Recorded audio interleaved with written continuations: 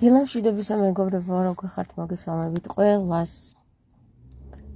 Facebook-ზე კი არა და YouTube-ზე დამისვეს კითხვა, ვინ იყო ლილითიო თამარ იქნებ აგვიხსნათო და უკვე მე რამდენჯერ წერამ ვიდეოს, მაგრამ კიდევ ერთხელ ჩავწერ რა მოხდა. ლილითზე საუბარი არ გვაწყინდა.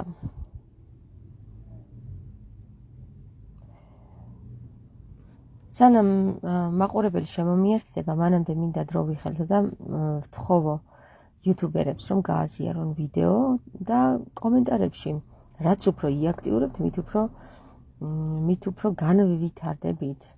ერთ-ერთმა დაგვიწერა, რომ შენი ძიებანიო რაღაც ავის მაძიებელს გავსო რა და მე პასუხობ ასეთ ადამიანს, რომ ავის მაძიებელი კი არა და ავის მქონე არის ის, ვინც სიბნელეში ზის და თვალები და ყურები აქვს დახუჭული და არ უნდა გაფართოება, გაღება.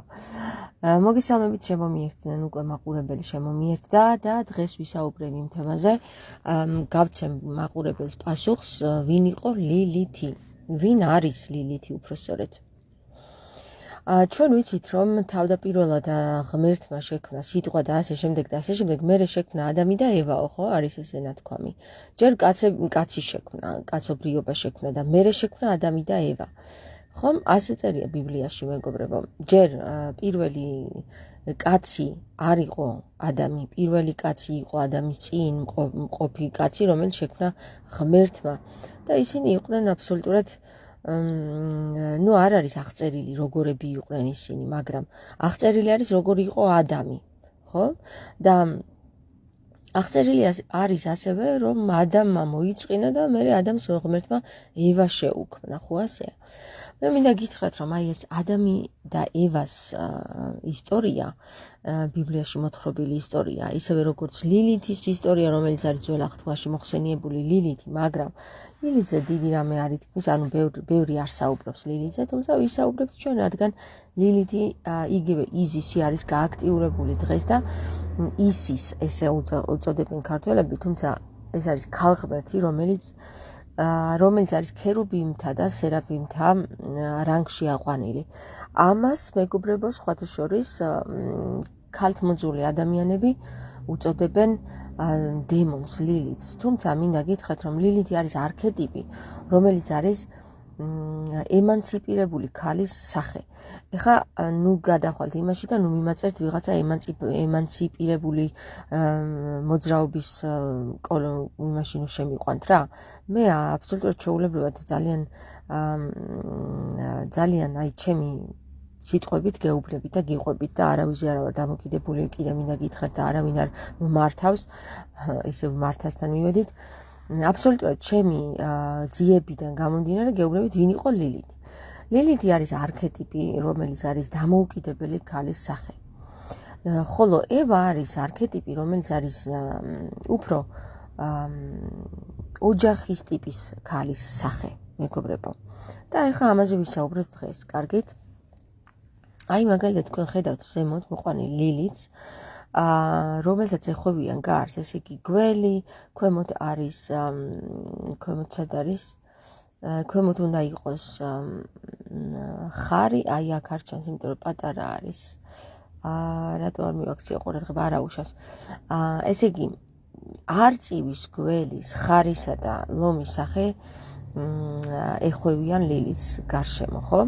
აი ქვემოთ მინდა გითხრათ, რომ ქერუბიმი აწერია აქეთ, ხო? ქერუბიმის სახე არის აქ, ასევე ქალის სახე, ეს არის ქერუბიმი, რომელსაც ეხვევიან ლომის, ხარის, არწივისა და გველის.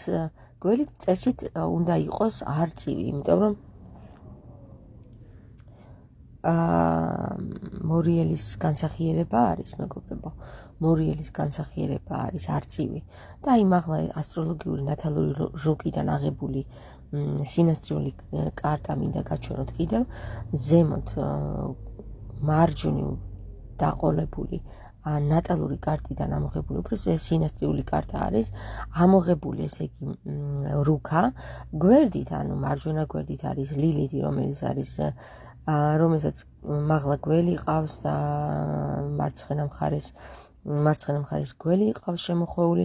აქ ქვემოთ ქერუბიმი, სადაც აწერია, ხო, ჩერუბიმ. ეს ქალის განსახიერება, რომელიც არის 4, 1, 2, 3, 6 ფრთით განსახიერებული და აქ არის ამირანი, რომელმაც მოსტაცა ესე იგი ღმერთებს არა მხოლოდ ცეცხლი, არამედ მათ როგორც იცით, მოსტაცა დავარიც, ხო? დავარი. ქვემოთ არის თამარ და შოთა მოყვანილი. ახლა რა შუაში ესენი ყველაფერს აგიხსნით და ცოტა ახლა ვეცდები, მომზადებული მე არც ერთი იმისთვის არ ვარ ხოლმე რა, ჩემი ლაიფისთვის ვრთავ და ვიწყებ ლაპარაკს ერთი სიტყვით და გეტყვით, რომ მომზადებული ვარ მე წინასწარ ცნობიერებით, მაგრამ ისე რომ დავწერო რა არის შემდეგ მოყვება, ამას არასდროს არ ვაკეთებ, იმიტომ რომ გამოცდილებიდან ვიცი, რომ როდესაც მე ამას ვამზადებ, მე ვეღარაფერს ვეღარ საუბრობ ხოლმე და ამიტომ აუთენტურად მინდა ვისაუბრო ყველა ჩემს ლაიფში, მეგობრებო. აქედან გამომდინარე, ახლა დავიწყოთ და გეტყვით რა შუაში არის ეს ყველაფერი. ქერუბიმის ზემოთ მოყვანილი ნათელური რუკა, აქ არის სიმბოლოები დაყოლებული, სადაც არის ესე იგი ლომის, მერწყურის, ხარისა და მორიელის სიმბოლო, ესე იგი ჯვარს ქმნის, ნახეთ, თავში არის ხარი, აი ამ შემთხვევაში თავში არის ხარი, ქვემოთ არის მორიელი, ლომი არის მარცხენა მხარეს და მერწყური არის მარჯვენა მხარეს. მეგობრებო, ისევე როგორც აი ქვემოთ ქერუბიმის სურათზე არის ლომი მარცხენა მხარეს, ხარი მარჯვენა მხარეს, მორიელი მაღლა, თუმცა აქ ამ განლაგებას ამ ქერუბიმის სურათ ხატზე, ხო, აი აქ ქვემოთ ფრთიანი ქალი რო არის, არ აქვს მნიშვნელობა, რადგან ესენი უბრალოდ უნდა ჩანდნენ და ესენი არიან მოცემულობაში მოყვანილი ის სიმბოლოები, რომლებიც ჩვენი მეფეები ამას ყოველდღიურობაში სწავლობდნენ, გამოიყენებდნენ თავის ცნობიერებაში, წერდნენ, შეიმეცნებდნენ და ასე შემდეგ. ასევე არის თუ მოხვდებით სამება არა უკაცრავად, სვეტიცხოვლის ეკლესიაში თუ მოხვდებით, დააკვირდით კედლის 4-ვე მხარეს აქვს განლაგება ხარის თავს, არწივის თავს, ლომის თავს და ანგელოზის თავს. ანგელოზი არის წესით ადამიანი, რომელიც მერწყულიც არის იგივენაირად მერწყულის სიმბოლოა ამ ადამიანის და ამ ანგელოზის, ხო? ამ ქერუბიმის. ახლა ნახეთ რაშია საქმე, მეგობრებო. მეკითხარით და მაქვს ადრე ჩაწერილი ლაიფი, სადაც არის, ესე იგი ცაზე გამოსახული ჯვარი. ხო, ცაზე გამოსახული ჯვარზე არის საუბარი, რომელიც ცაზე დადგებაო არის აპოკალიფსის ნიშნებში. ცაზე დადგებაო და ამას ყველა დაინახავსო, ხომ? აქ მეგობრებო, მინდა გითხრათ, რომ აქ არ არის თვალხილულ ჯვარზე საუბარი. აქ არის იმ თვალხილულ ჯვარზე საუბარი, რომელშიც სიმბოლოებითა და ცნობიერებით ამოიკითხება, თუ რა ჯვარი დადგება ცაზე და მინდა გითხრათ, რომ 2021 წელი იყო თუ არ ვცდები, ანუ უნდა ვნახო 3 წლის წინ, 2 წლის წინ ჩაწერილი ვიდეო არის, მაშინ ვთქვი, რომ აი მაშინ როდესაც ეს კორიდორი ამ ცნობიერების კორიდორი გაიხსნა, ესე იგი ლომის, ხარის, მერწყულის და მორიელის ჯვარი გამოისახა ცაზე, პირდაპირ ცაზე გამოისახა. დღემდე დგას, მეგობრებო, ეს ჯვარი. მინდა გითხრათ, ამას შეიცნობენ მხოლოდ ის ცნობიერია ის ადამიანები, ვინც ცნობიერად გარკვეული არის ასტროლოგიაში. ახლა რომელი ადამიანის ასტროლოგიაში არ არის გარკვეული, ვერა უხსნი იმას რა ჯვარია გამოსახული, ხვდებით? ამიტომ ვიღაცა, ვისაც ვერ ერკვევა ასტროლოგიაში, იფიქრებს, რეებს ბოდავს ეს გოგო, ხო? გასაგებია იმისთვის ვბოდავ, იმიტომ რომ არ ესმის იმას, რას ვლაპარაკობ. ხოლო ასტროლოგებისთვის აშკარად მესიჯია ეს ცაზე გამოსახული ჯვარი, რომელიც არის აპოკალიფსის ნიშანი. ეხლა რა უკაცრავად რა აპოკალიფსის ნიშანი არის ეს, ხომ? მე მინდა გაჩვენოთ, რომ ადამიანების რუკაში, დაბადების მომენტში, როდესაც ადამიანი დაიბადება, მას ესმევა ბეჭედი. ეხლა რა ბეჭედი ესმევა, ხო? ეს ბეჭედი არის ვარსკვლავთა განლაგების ბეჭედი, რომელსაც ხედავთ აი ეხლა თქვენ ხაზებს და რაღაც წითელ და ლურჯ ხაზებს ჩახაზულ აი ამ სინასტრიულ რუკაში, ხო? აქ აი სინასტრიული რუკა არის ერთ-ერთი ქალბატონისა და ერთ-ერთი მამაკაცის სინასტრიული სინთეზი.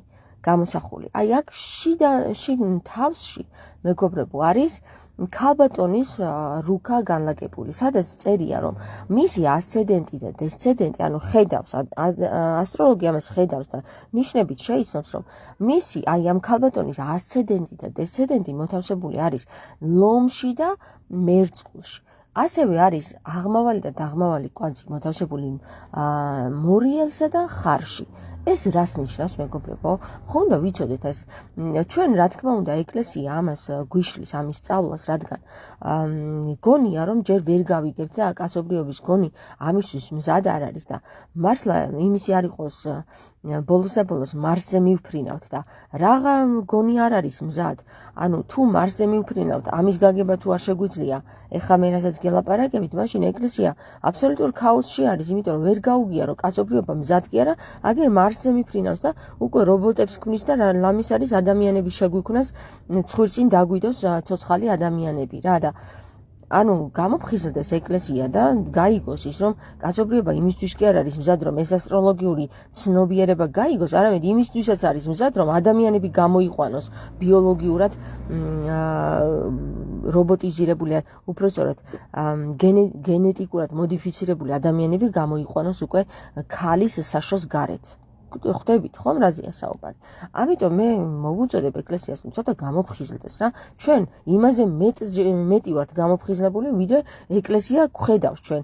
ვიდრე ეკლესიას ამის დანახვა შეუძლია და ამიტომ გეუბნებით რა, მღვდლებო და გონიერო ადამიანებო, ცოტა გამოფხიზლდით.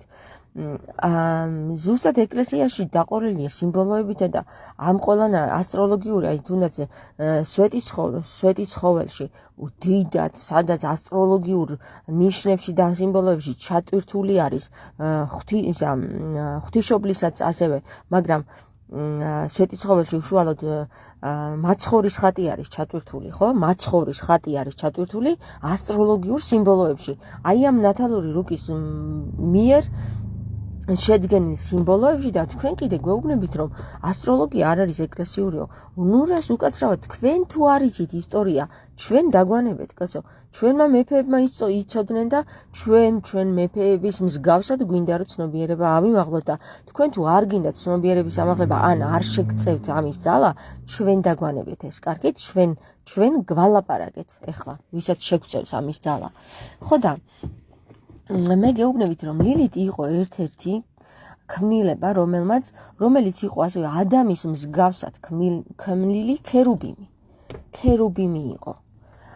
და ადამი სანამ ცნობიერებას წაართმევდა იალდაბაოთი, ადამიც იყო ასევე სერაფიმი. ხვდებით? ანუ სერაფიმი და ქერუბიმი, რომლებიც ცნობიერებაში, ამაღლებულ ცნობიერებაში იყვნენ და აბსოლუტურად ურთიერთობდნენ, ანუ ისინი იყვნენ პირველ ქმნილი ღმერთისა. ესე იგი, მამრი და მდედრი ენერგია, რომელსაც არ სჭირდებოდა, არ იყო დაცემული, გესმის? არ სჭირდებოდა განცალკევება მამრი ენერგიისგან. ანუ ნახეთ, მე ხშირად საუბრობ დუალურ სულებზე, ტყუპ სულებზე და ასე შემდეგ და ეს პირდაპირ კავშირშია ამ საკითხთან, ეხლა მე რასაც მოგიყვებით რა. როდესაც ადამი, ეს სერაფიმი უკვე ცნობიერებაში იმდენად ამ ცნობიერებაში ამპარტავნობა შეეპარა, რომ ლილიც სთხოვდა მასზე დაქვემდებარებულიყო, ხომ? ანუ მისი ბრძანებები აღესრულებინა და არა თანასწორუფლებიანობა დაირღვა ამ დროს, ხვდებით? და არა თანასწორუფლებიანი ყოფილიყო. ლილითმა პროტესტი განუცხადა. რამე თუ ისიც ქმნილება იყო, პირველ ქმნილება იყო მამრის სქესისა, ეს იყო ადამი, რომელმაც მოითხოვა ლილიტის დაქვემდებარება. და ლილიტმა როგორც ემანციპირებულმა ქალბატონმა გამთლიანებულმა თავის თავში გამთლიანებულმა მდედრი და მამრი ენერგიებით, ანუ მდედრი და მამრი ენერგიები ორივეს გვაქვს მეგობრებო. ეს არ არის რომ მამაკაცად შექმნილ არსებას არ აქვს თავის თავში მდედრი ენერგია.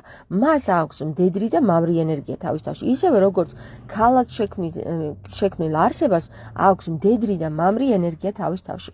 და როდესაც ეს ამ მდედრი და მამრი ენერგიების ბალანსი ირღვევა ადამიანების შინაგანში, ხომ? ცნობიერებისა და გულითადობის, ესე რომ ვთქვათ, მდედრი ენერგია არის უფრო გულში ჩასული, მამრი ენერგია არის ლოგიკა. ანუ როდესაც ეს ირღვევა ადამიანებში, მაშინ რა თქმა უნდა ადამიანს მოუნდებოდა, ანუ მისი გულიდან გასვლა მოხდა, ესე ადვილიანით რო ვთქვათ, რომ ამ მდედრი ენერგიის დარღვევა მოხდა, ავიდა ლოგიკაში და მისმა ლოგიკამ მოითხოვა, რომ ლილიტი დაქვემდებარებულიყო მას. და რადგან ლილიტის ლოგიკა იყო გაწონასწორებული, მან პროტესტი განაცხადა, ლოგიკურია, ხომ? და ბუნებრივიც არის, რომ პროტესტი განუცხადა დარღვეული სქესის წარმომადგენელ მამაკაცს, რომ მე არ დაგვიქვემდებარები, იმიტომ რომ მეც შენნაირი ვარ, მეც შენნაირი თანასწორუფლებიანი ვარ ღვთის წინაშე, ხვდები? აქედან გამომდინარე, რადგან მათ შორის უკვე კონფლიქტი ჩამოვარდა, ლილიტმა წარმოსთქვა სიტყვები და ეს იყო, ანუ ლოგოსი იყო, ხვდებით? ლილიტი არის ლოგოსის ნაწილი. ესე იგი, მას ჰქონდა უნარი წარმოეთქვა სიტყვები, რომელიც შეხმატებდა მას ფრთებს, შესცენდა მას ფრთებს. შეესხა ფრთები და ის გაფრინდა, მეგობრებო. ანუ გაფრინდა, ეხლა როგორი ფრთები შეისხა და გაფრინდა, ისე კი არ უნდა წარმოვიდგინოთ, რომ ფრინველებს რომ ფრთები აქვს შეისხავს და გაფრინდეს.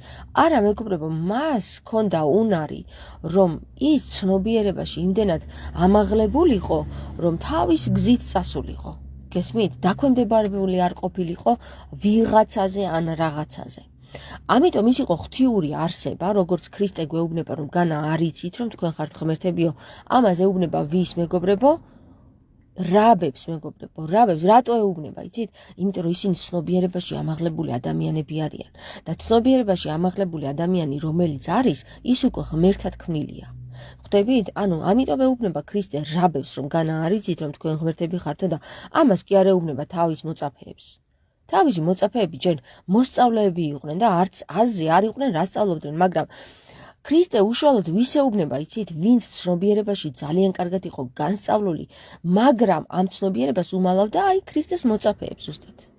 ქრისტეს მოწაფეებს, რადგან ისინი იყვნენ მრუშის წარმომადგენელი, მეთევზის წარმომადგენელი, ვიღაცამ წერა-კითხვა არ იცოდა და აი ესე ზემოდან ქვემოთ უყურებდნენ როგორც არარაობას, ხვდები?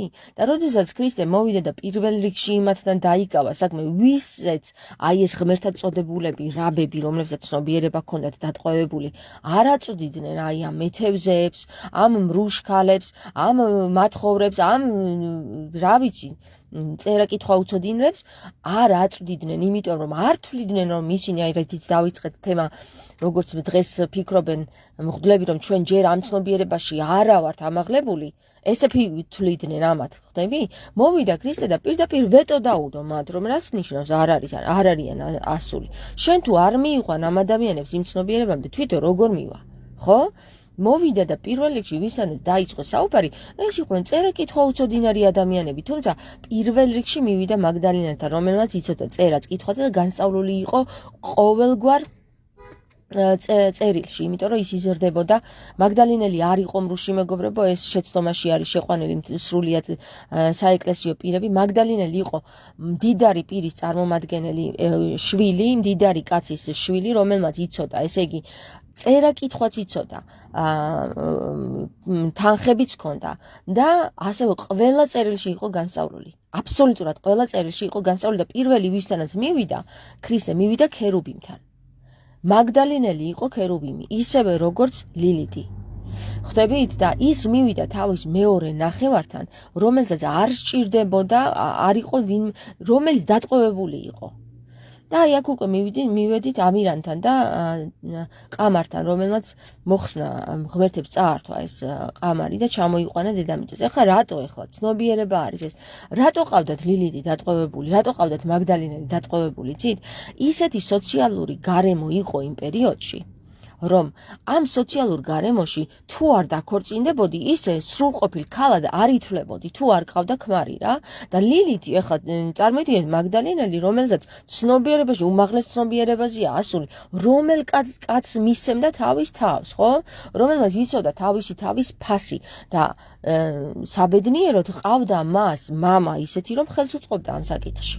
ხელს უწყობდა, რომ ის ძალით არ აქორწინებდა, როგორც იმ პერიოდში იყო ესე მოსული და ჩვეულებრივი თემა, რომ მამაშვილს ძალით აქორწინებდა, გარიგებით აქორწინებდა, ვიღაცაზე ყიდიდა, მამაშვილს ყიდიდა, იმიტომ რომ იმას ბევრი ფული აქვს. ხვდებით რა დღესაც არანაკლები მდგომარეობა. ამ მდგომარეობაში იყოს კაცობრიობა, როდესაც ქრისტე გამოჩნდა, მივიდა მაგდალინელთან და იხსნა ეს მაგდალინელი ამ სისტემისგან. რა სისტემისგან იცით? რომ აუცილებლად უნდა დაქორწინებულიყავი, სხვანაირად არ შეიძლებოდა. ქრისტე პირველ რიგში, როდესაც ელაპარაკება მაგდალინელის მამას, მაგდალინელის მამა ძალიან მაგრად იყო გათვითცნობიერებული წერილებში, სხვანაირად მაგდალინელს არ ეცოდინებოდა წერილები, იმიტომ რომ იმ პერიოდში კაცი ასწავლიდა ოჯახს. და მაგდალინელის მამამ იმდენად ცნობიერებაში ამაღლებული იყო, რომ თავისი ქალიშვილი დაუქორწინებლად, შეიძლება კიდევაც სხვანაირი ქორწილი მოხდა და მოლაპარაკება მოხდა მათ შორის, გააყოლა ქრისტეს. ეხლა რაშია საქმე მეგობრებო? ქრისტეს ჩამოსვლის შემდეგ, როდესაც ადამი და ლილიტი დაშორდნენ ერთმანეთს, ქრისტეს მოსვლის შემდეგ ადამი და ლილიტი ისევ გაერთიანდნენ. ლილიტი არის ის იმ ქალის სახე, არქეტიპი, რომელიც არ ექვემდებარება ქმარს, რომლის თავშიც ქმარიც და ცოლიც არის თანასწორუფლებიანი. ხვდებით? არანაკლებ აქვს უფლება ქალს ლაპარაკისა, ასევე სხვადასხვა საქმეების კეთებისა, ისევე როგორც კაცს მის გვერდით მდგომს. და ასევე ადამი კადმონია თუ კადმონი, ხო? ადამი, რომელიც ამაღლებულ მდგომარეობაში არის, რომელსაც ევა არ სჭირდება, ხვდებით? ევა არ სჭირდება, იმიტომ რომ ის მდედრში თავის თავში გაერთიანებული არის. აღარ სჭირდება, აღარც მოიწყენს, იმიტომ არ მოიწყენს, რომ მასში არის სრულყოფა. და ლილითშიც იყო სრულყოფა, თუმცა ლილითმა ვერ ჩაყვა იმ ჭაობში ადამს, სადაც ჩადიოდა თვითონ მერე, ხო, დაცემულ მდგომარეობაში. ამიტომ რა გამოიყვანეს, იცით, მეგობრებო, კაცობრიობამ, რომ ლილითი ვითომ არის დემონი, ანუ არა და პირიქით დემონი არის დაქვემდებარებული და დაცემული, რაც პრინციპში ადამის პოზიცია იყო. ადამის პოზიცია იყო, თორე სხვანაირად ადამიანს არ მოუნდებოდა ლილიტის დაქვემდებარება, გესმის? ადამიანს მოუნდა ლილიტის დემონიზირება, თუმცა ლილიტმა უთხრა, ნუ რას უკაცრავად, მე ვერ გეთანხმები მაგაში, იმიტომ რომ შენზე პირველად არის ღმერთი ჩემში, გესმის? შენზე პირველად ღმერთი არის, ამბობს და მერე შენ ხარ. ასევე უნდა ყოფილიყო ადამ კადმონისთვისაც ლილიტზე პირველი ღმერთი და მერე ლილიტი. თუმცა ადამი დამოკიდებული გახდა ლილიტზე. ეჭვიანობამ შეიპყრო. ეჭვიანობა კიდე მოდის საკუთარი თავის არაც სრულყოფად ცოდნის გამო, ანუ თვით შეფასების დაცემულობით მოდის, ან როდესაც დაბალი გაქვს თვით შეფასება, იქიდან მოდის ეჭვიანობა, მეგობრებო. სხვანაირად ეჭვიანობა არ მოვა. თუ თვით შეფასება გაქვს ჯანსაღი, შენ სხვა ადამიანზე არასდროს არ დაიწყებ ეჭვიანობას. და გავაგრძელოთ ახლა თამარი და შოთა აქ რა მნიშვნელობაში არის და გეტყვით ახლავე. როდესაც აი ამ ნატალურ რუკაში დაუბრუნდეთ ახლა ისევ ამ ნატალურ რუკას, ესე იგი ლომი და მერწყული. აქ არის ლომი და მერწყულის მორიელისა და ხარის სიმბოლოები, ესე იგი მათი ჰორიზონტალური და ვერტიკალური ქმნილება, აი აქ კიდევაც ხედავთ შავად მონიშნულ რეებს, იცით, ჯოხებივით, ხო, ხაზებს. შავად მონიშნული ხაზები შიდა თავსის მიუთითებს, ესე იგი ლომის, მერწყულის, მორიელისა და ხარის და გარეთ მყოფი ხაზები შავად მონიშნული მიუთითებს მხოლოდ მერწყული რა არის, რა ქვია მაგას, მორიელის და ხარის მიმართულებით და დანარჩენები კირჩხიბისა და იმის მიმართულებით, რა ქვია, ვერძი კი არა და ცხისქის მიმართულებით. აი აქ ამ ასტრალურ სინასტრიულ კარტაში ხედავთ, რომ ეს ორი ადამიანი, რომელიც გამოვთვალე მე თვითონ, ხომ? ერთი არის აქედან ქერუბიმი, მეორე არის ნახევრად ქერუბიმი. მეორეს, ანუ გარე შავი ხაზებიც რომ იყოს, ესე იგი მოთავსებული ლომსა და მერწყულში, ხარსა და მორიელში, ისიც ქერუბიმი იქნება. აქედან გამომდინარე ჩვენ ნახენ, როდესაც წყვილების იმას ვიღებთ, სინასტრიას ვადგენთ, წყვილების სინასტრია უნდა აუცილებლად ვიცოდეთ დაბადების ადგილი, მდებარეობა, წუთი და წამიც კი. რადგან აი ეს ამ წუთისა და წამის მიხედვით გამოვთვლით ჩვენ არიან თუ არა ეს წყვილები ორივე ქერუბიმის დონის, ან საერთოდ ქერუბიმისა და სერაფიმის დონის არსებები, ადამიანები დაბადების დროს დასმულ ბეჭედზე, ანუ ამ ნატალურ კარტაზე არიან რჩეულთა წარმომადგენლები, ანუ ყველა ის ადამიანი, ვისაც რჩეული ეწოდება და მათ თუ არ გაიაზრეს აი ეს თავიანთი თავის მნიშვნელობა, ვერ მიხვდებიან რა ბეჭედზეა საუბარი, რა მონაცემებზეა საუბარი საერთოდ, ხომ? როდესაც ადამიანს ქერუბიმისა და ქერუბიმის მონაცემები აქვს, ან სერაფიმის მონაცემები აქვს თავის ნატალურ რუკაში, მას ძალიან ბევრი მოეთხოვება. ბევრზე ბევრი მოეთხოვება. ამიტომ მათი ცხოვრება არის თითქმის ჯერ ჯოჯოხეთს გადიან და შემდეგ 60-ს ხედავენ ხოლმე. იმიტომ რომ მათ შეეძლოთ, რაც არ გინახავს იმის ვერ ახსნა რო არ, უბრალოდ რაც გინახავს იმის ახსნა რო შეეძლოს ხლები და თუ ჯოჯოხეთი გაქვს გავლილი, შენ ძალიან იოლად შეძლებ ჯოჯოხეთის აღწერას და მის გადმოცემას სხვა ადამიანისთვის, რომ გააგებინო მას ვერბალურად და შენ თუ ასული ხარ 6-4-ში, ანუ 3 და 4-ში, აქაც მნიშვნელოვანი ტერმინებია და ამ ტერმინებს ვცდილობ რომ გაგაგებინოთ და თანდათან გაგებინებთ. თუ შენ ასული ხარ ჯოჯოხეთიდან 6-4-ში, მაშინ შეძლებ მხოლოდ ვერბალურ ენაზე გააგებინო კაცობრიობას, რას ნიშნავს ღმერთობა, გესმით? და ეხლა ნახეთ რა არის, ნახეთ, როდესაც აი აქ ქვემოთ თამარის და შოთა რუსთაველის რუკა მოვიტანე, თამარისა და შოთა რუსთაველის რუკა კი არა და სურათები მოვიტანე, ან ხატები, ესე რომ ვთქვათ.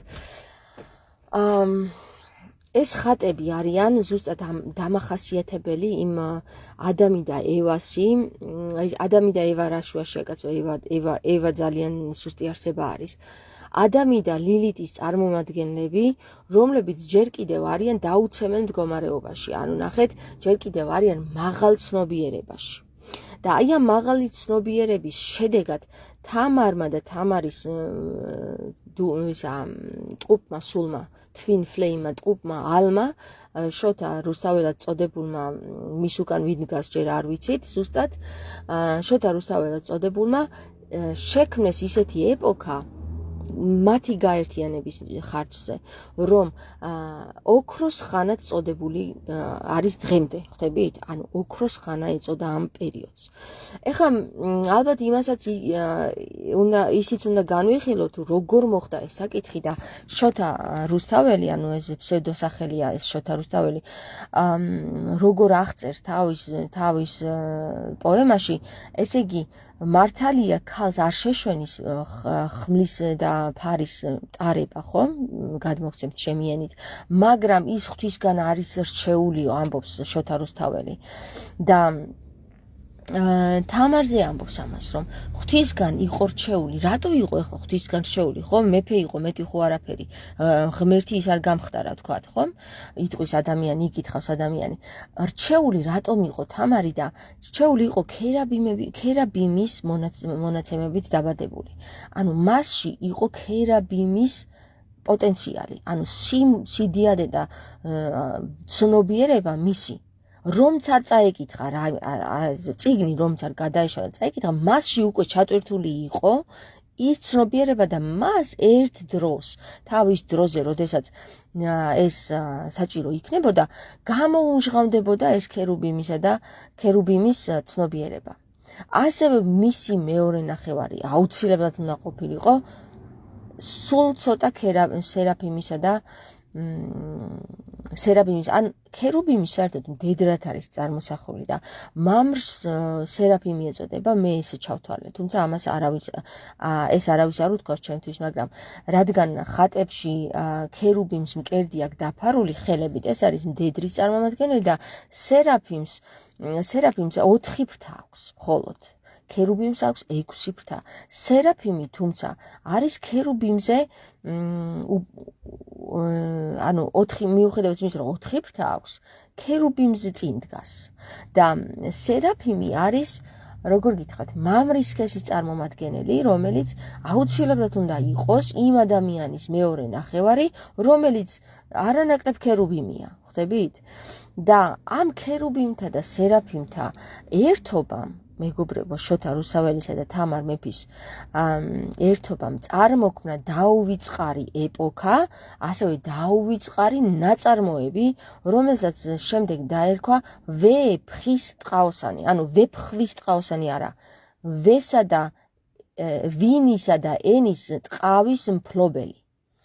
ვესა და ეს ტყავის მფლობელი მე ცოტა ადრე ჩემს ლაიფებში გაგანდეთ რას ნიშნავს ეს ვესა და ეს ტყავის მფლობელი რას ნიშნავს ვეს დრო და რას ნიშნავს ივა და ასე შემდეგ და შეგიძლიათ გადახვიდეთ და ეხლა დრო რო არ დავხარჯოთ და რო არ გავწყდეთ ხაზიდან პირდაპირ იგიხილოთ ვესა და ეს მნიშვნელობები და ვეფხის ტყაოსანი რას ნიშნავს ხო ასე რომ მეგობრებო მე მინდა გითხრათ რომ ვესა და ეს დროში მყოფი ადამიანები ანუ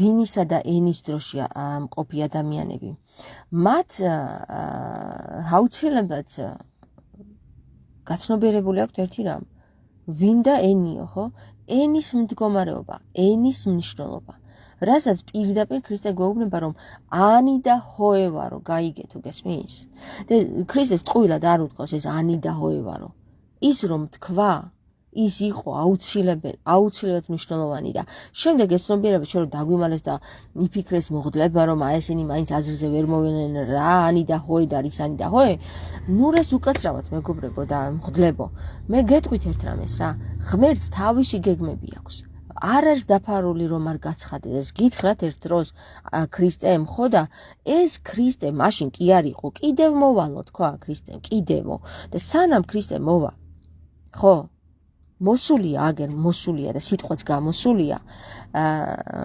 თქვენ არ ვიცი ხარ პატარა ბავშვები დადექით და ჯიუტად იძახეთ რომ არა არ არის ჯერ მეონით და არ მოსულა ჯერ ქრისტე არა ანი და ჰოი არ მოსულა ჯერ ლაზარი არ ამდგარა აი ეს პატარა ბავშვები გახართ და ჭყიპინებთ რომ არა და კაცო გეუბნებით ცნობიერება გახსნილია იცით ჩემს გარდა კიდევ რამდენი აზროვნებს აი ამ ვესა და ენის აზროვნებით ფხით ვესა და ენის ფხა ძალიან ბევრში არის გახსნილი მეგობრებო და ჩვენსაც ვავითარებთ და თქვენ იდექით ერთ ადგილზე და იყავით მაგ ჭაობში არანაირი პრობლემა არ არსებობს ჩემთვის და იმ ადამიანებისთვის ვინც ვითარდებით და ვინც ქრისტეში ვართ მართლაც ჭეშმარიტად გაერთიანებული და თქვენ თუ გინდათ დადექით და იყავით მაგ ფსევდო მჭხიბაურ რაღაც რიტუალურ იმეებში გაჩხერილი და იყავით მათ გაჩხერილი და მღდლებოდა ჩვენ განვავითარებთ იმ სიტყვას რომელიც დაგვიტოვა ქრისტემ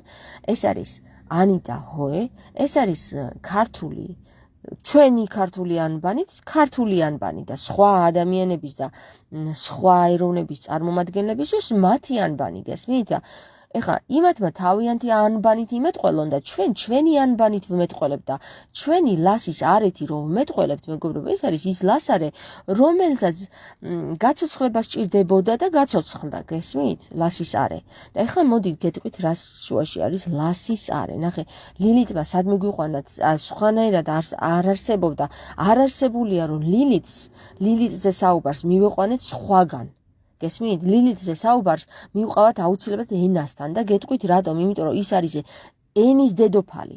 ანუ როგორ ლოგოსია. გესმის? ლოგოსია და ლილიტი რომ ანუ ეხა როგორ გითხრა ლილიტმა რომ მიმიყვანო სადღაცა დემონიზირებულ არსებებთან რომლებიც არიან და იძახენ რომ ჩვენ ჯერ არ ავსულვართ მან ცნობიერებამდეო ხო ბოდიშით რა იმ ცნობიერებაში ქრისტე ჩავიდა ჯოჯოხეთში და იმათ უთხრა რომ გეყოფათ ახლა ამ ჯოჯოხეთში ყოფნა ამოდითო რა წამოდით 64-ში მამასთან მიმყავარ ხართ და არ უნდათ ამათ მამასთან წასვლა გესმის ხო და ამიტომ დღემდე გვაჯერებენ რომ ესე იგი ჩვენ ვართ ცნობიერებაში დებილები რომ ვერ მივხვდებით ასტროლოგია როგორ დაუკავშიროთ რელიგიას როგორ დაუკავშიროთ ეზოთერიკა როგორ დაუკავშიროთ ყველანაირი რიტუალი რომელსაც თვითონ ატარებენ ყოველდღიურად და მარტო თვითონ უნდათ რომ ვითომ იცოდნენ და არა მეგობრებო ჩვენც ვიცით უკვე ჩვენც მაგდალინელი იყო ქალი რომელსაც შეეძლო ქონდა უფლება ეპისკოპოსი ყოფილიყო და ჩაეტარებინა რიტუალებიც, იგივე რიტუალები, როგორცაც თქვენ ატარებთ, მოხუდლებო, ნათლისღების რიტუალი, წირვის რიტუალი და ასე შემდეგ და მათ შორის ცნობიერებაც აემაღლებინა კაცობრიობისთვის, თქვენგან განსხვავებით.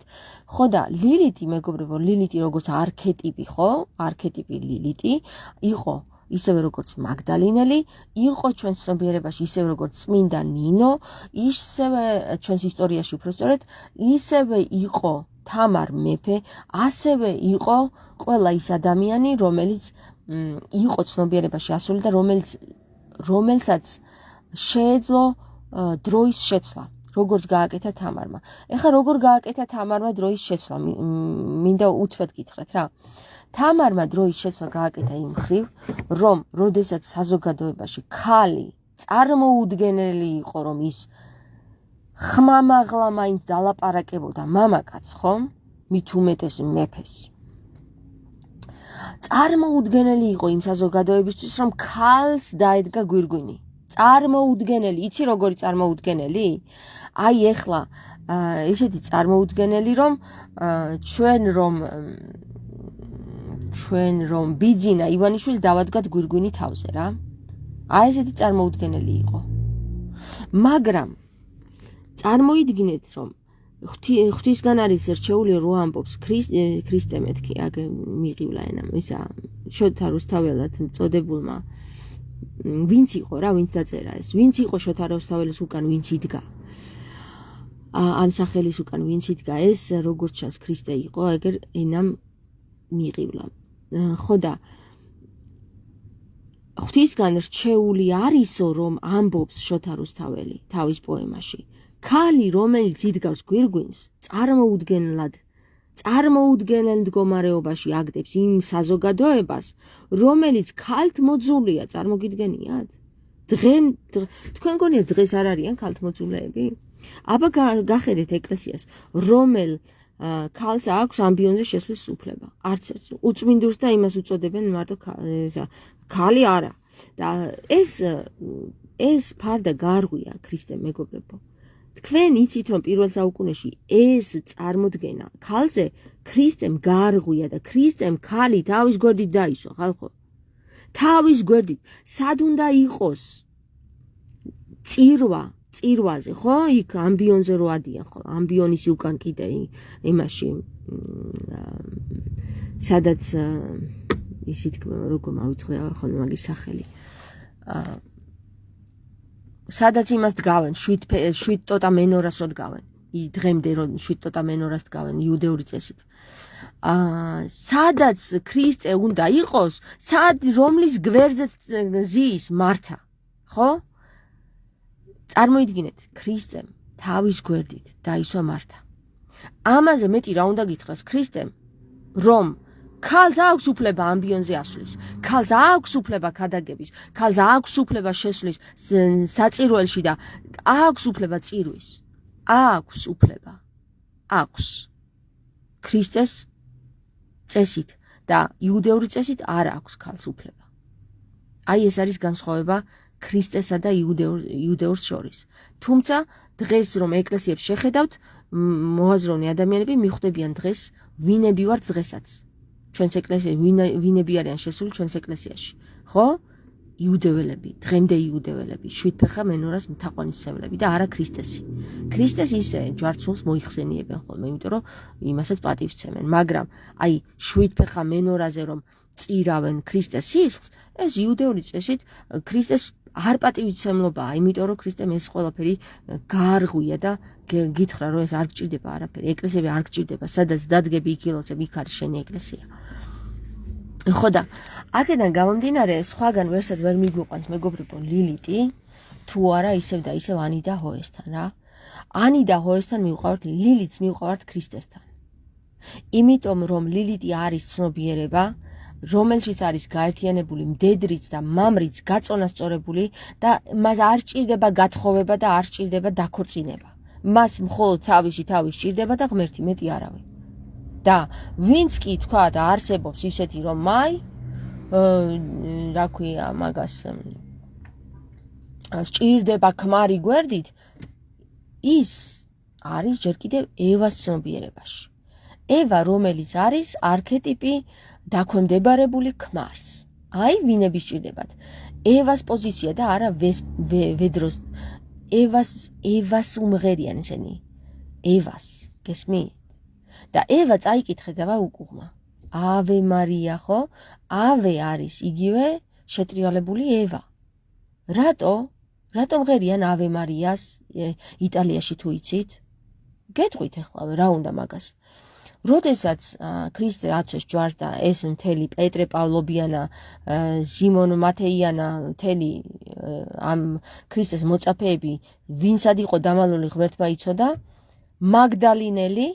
მაგდალინელი, რომელიც უკვე ვახსენე რომ ის იყო არქეტიპი ლილიტის ცნობიერების, წავიდა იტალიაში მეგობრებო. და მთელი იტალია და საფრანგეთი მოაქცია. იცით თქვენ, მარტო ქალმა მოაქცია ქრისტეს ცნობიერებაში. და დღემდე იტალიაში მარია მაგდალინელის დიდებაში არიან და პატივისცემაში, ისევე როგორც ჩვენ ღვთისმშობლის დიდებაში ვართ. მარია მაგდალინელი არის მათთვის ის ქალი, რომელმაც ქრისტეს ცნობიერება უხმლოდ შეიტანა. უხმლოდ და სისხლის ზღვრის გარეშე. განსხვავება იპოვეთ ამაში მეგობრებო რა. საქართველოში ქრისტიანობა სისხლის ზღვრითა და ხმლით მოხდა მირიან მეფის იმით რა ქვია მეთაურობით. მაგრამ იტალიაში სიყვარულით სისხლის ზღვრის გარეშე ქალმა მთელი იტალია მოაქცია. ამიტომ ავე მარიას უმღერიან მარია მაგდალინელს და არა ევას. ევა არის დემონიზირებული ავე. იმიტომ რომ უკუღმა იკითხება ავე და უკუღმა წავიკითხოთ ევა. ეხლა ნახეთ, როდესაც ჩვენ ვამბობთ რომ ღმერთმა შეუქმნა მერე ადამს, მოიწყინა ადამმა რომ წავიდა ლილიტი და ღმერთმა შეუქმნა მერე ევა. აი ამ ევას როგორ ფეხზე იკიდებდა ადამი რო იცოდეთ, როგორ არ ევასებოდა ეს ევა რო იცოდეთ რა. და საბოლოო ჯამში ევას ისევ და ისევ ვინც მოუყვანა და ვინც შექმნა ეს რეპტილოიდის არსებამ ევა ადამს ურჩია ევას რომ ხორცი აჭამე ყოველ დღე და მას შენ მოუნდები, გესმის? ანუ ხორცში ჩამოიყვანა ადამი უფრო და უფრო ევამ. წარმოგიდგენიათ ეს ევა რა დაბალ დემონიზირებული არსება არის? ევა. და ადამით ჩამოითრია. მიუხედავად იმისა, რომ ადამს ეს ლილიტი ენატრებოდა, კაცო, ლილიტისკენ მიილტბოდა. არა, შეუქმნა იმ იალდაბაოთმა ევა, ის რაღაცა დემონიზირებულმა არსებამ ევა. ხო? ადამს შეუქმნა. მერე ისიც ასწავლა როგორ უნდა დაემორჩილებინა და როგორ უნდა დაესკლეროზებინა ადამი ევას და იმიტომ რომ ევა ეჭვიანობდა ლილიტზე. ეჭვიანობდა და იმისკენ მიილტვოდა, რომ აი მე უნდა მომაქციოს ყურადღება ჩემთან დაწოლა არ უნდა და ასე შემდეგ და საბოლოო ჯამში აჭამეო ხორცი და ყოველდღიურად ხორცი რო აჭამა, მერე ხორციელში უფრო ჩავიდა და პირველ ჩაკრაში, პირველ ენერგეტიკულ ველში ჩავიდა, მეგობრებო. პირველ ენერგეტიკულ ველში ჩავიდა და მერე კიდევაც მოკვდავიც გახდა. ეხლა რა ხდება? მაგალითად, როდესაც ამიტომ არის ხოლმე თუ დაგვირვები ხართ, სამკუთხედები იქმნება ხოლმე ხშირად ადამიანის პირად ცხოვრებაში რა. სამკუთხედები რას ნიშნავს? უყვარს ქალი, მაგრამ არის სხვა ქალთან. ხო, რატო არის სხვა ქალთან? კაცს უყვარს ქალი, მაგრამ არის სხვა ქალთან. რატომ არის ხოლმე ესე თუ იცით, მეგობრებო რა? ეს არის ფორმულა, რომელიც გვიდევს ლილიტისა და ევას სახით. ლილიტი არ ექვემდებარება ადამს. არავითარ შემთხვევაში თავს არ გაუყადრებს ადამიანს და არ გააკეთებს იმას, რასაც ადამი ეთქვის. არა, იმიტომ რომ ლილიტი აკეთებს იმას, რასაც ღმერთი ეუბნება მას. და ევა ღმერთის შესახებ საერთოდ არაფერი არ იცის.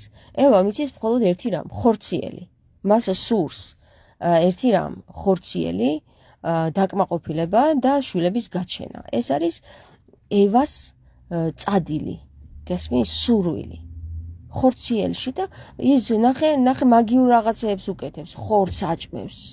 დღესდღეობით ქალები იმას მაგიას უკეთებენ ხოლმე და ზოგი თავის სისხლს ასმევს ხოლმე კაცს, ისეთ რაღაცებს აკეთებენ და კადრულობენ ეს მჩხიბავი ქალები. არა მხოლოდ მჩხიბავები, სწავლობენ მჩხიბავებისგან და მე თვითონ აკეთებენ ამ კაცთან, ხო? ამიტომ ეს კაცი ისეთ მდგომარეობაშია, რომ კი არის ამ ქალთან, მაგრამ არ უნდა ამ ქალთან, თუმცა მაინც არის თავს ვერ იხსნის ამ ქალისგან. ზოგი ფინანსურად ვერ იხსნის თავს, ზოგი ხორციელად ვერ იხსნის თავს. იმიტომ რომ ისინი არიან მაგიური ზეგავლენის ქვეშ. და ამაზე ხშირად ვსაუბრობ, ჩემი მსმენელი მიხვდება, რაზეც ვსაუბრობ ხოლმე, როდესაც ვახსენებ ჯადოებს და მჩხიბავებს. ამიტომ არის რომ ლილიტი ხომ არის აბსოლუტურად დამოუკიდებელი ქალი. ის არასდროს არ იკადრებს იმას, რომ თავისი ქმა, მიუხედავად იმისა შეუძლია, არასდროს არ იკადრებს იმას, რომ კაცის გამო რაღაცა იმჩხიბაოს, გესმის? ევა კი კადრულობს ამას. აი, ამოიცანეთ თქვენი თავი, რომელი არქეტიპს მიეკუთვნებით. ეხლა გადავიდეთ სერაფიმებზე, მეგობრებო, კაცი, რომელიც მართლა ამ ზეგავლენის ქვეშ ექცევა. კაცი, რომელიც ამ ზეგავლენის ქვეშ ექცევა და სერაფიმი, რომელიც ევას გავლენის ქვეშ ეხდება, ექცევა, უბრალოდ ევა არის, ხო? თქვით, ევა მჩხიბაობს, ანუ რიტუალებს უტარებს, ქმარს, ხორცს აჭმევს. კაცი, რომელიც ევას ზეგავლენის ქვეშ ექცევა, ვერასდროს ვერ გახდება სერაფიმი. ან ის დაცემული სერაფიმი არის. ერთ დროს სერაფიმი დაცემულ მდგომარეობაში. კაცი, რომელიც უკვე აი ამ მჩხიბაური ზეგავლენის ქვეშ ყოფობიდან გამოვა თავისი ძალებით, ის უკვე არის ამაღლებული სერაფიმი. ანუ ამაღლებული კი არა და ის არის სერაფიმი, რომელსაც აღარ სჭირდება ევაზე დაქვემდებარებულობა. ამიტომ არის ხოლმე რომ მონასტრებში, ხო? პირველ რიგში რასაც ცდიან არის, აბა, ხარ თუ არა ხორციელად განკურნებული. ხორციელი სურვილებისგან განკურნებული.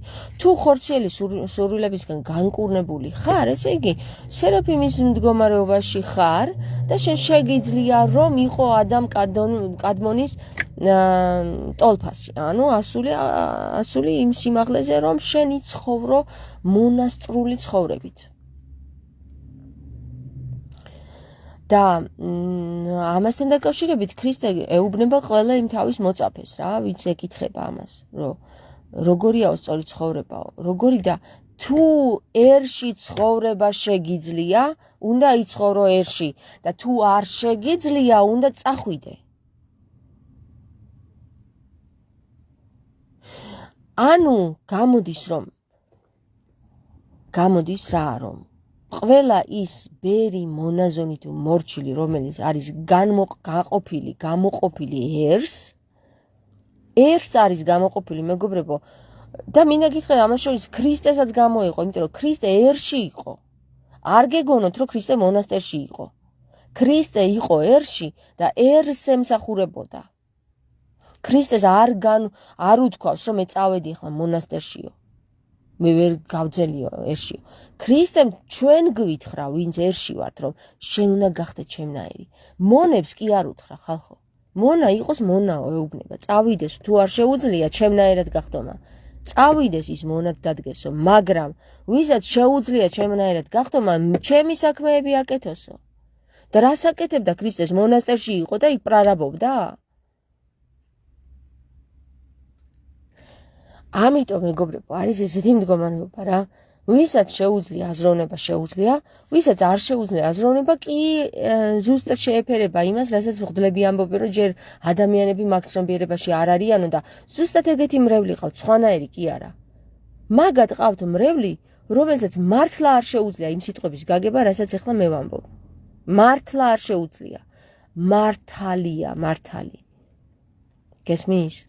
რაც მართალია და თუ არ შეუძლია, არ უნდა მოვთხოვოთ რა. ვისაც არ შეუძლია, იმას არ უნდა მოვთხოვოთ. მაგრამ ვისაც შეუძლია და თავს ვითომ არ შემიძლიაო იკატუნებს, ხო? იმას მოეკითხება ღმერთისგან. ასე რომ მე მგონი რომ ლილიტზე საკმარისი ვილაპარაკე მეგობრებო, მე როგორც ესე იგი არქეტიპი ევად ვერ მივიჩნევ თავს, თუმცა მე მივიჩნევ როგორც არქეტიპი ლილიტად თავს და რაც გინდათ ახლა ის იძახეთ, გინდა ის დამარქვით და გინდა ის დამარქვით. მე გითხარით ჩემი მოსაზრება ლილიტზე და მე გითხარით ჩემი მოსაზრება ვინ იყო ლილიტის მსგავსი კიდევ ჩვენს ისტორიაში, ეს იყო წმინდა ნინო და ეს იყო თამარ მეფე. აბა კარგად იყავით ახლა გემშვიდობებით და მომავალ შეხვედრამდე მეგობრებო.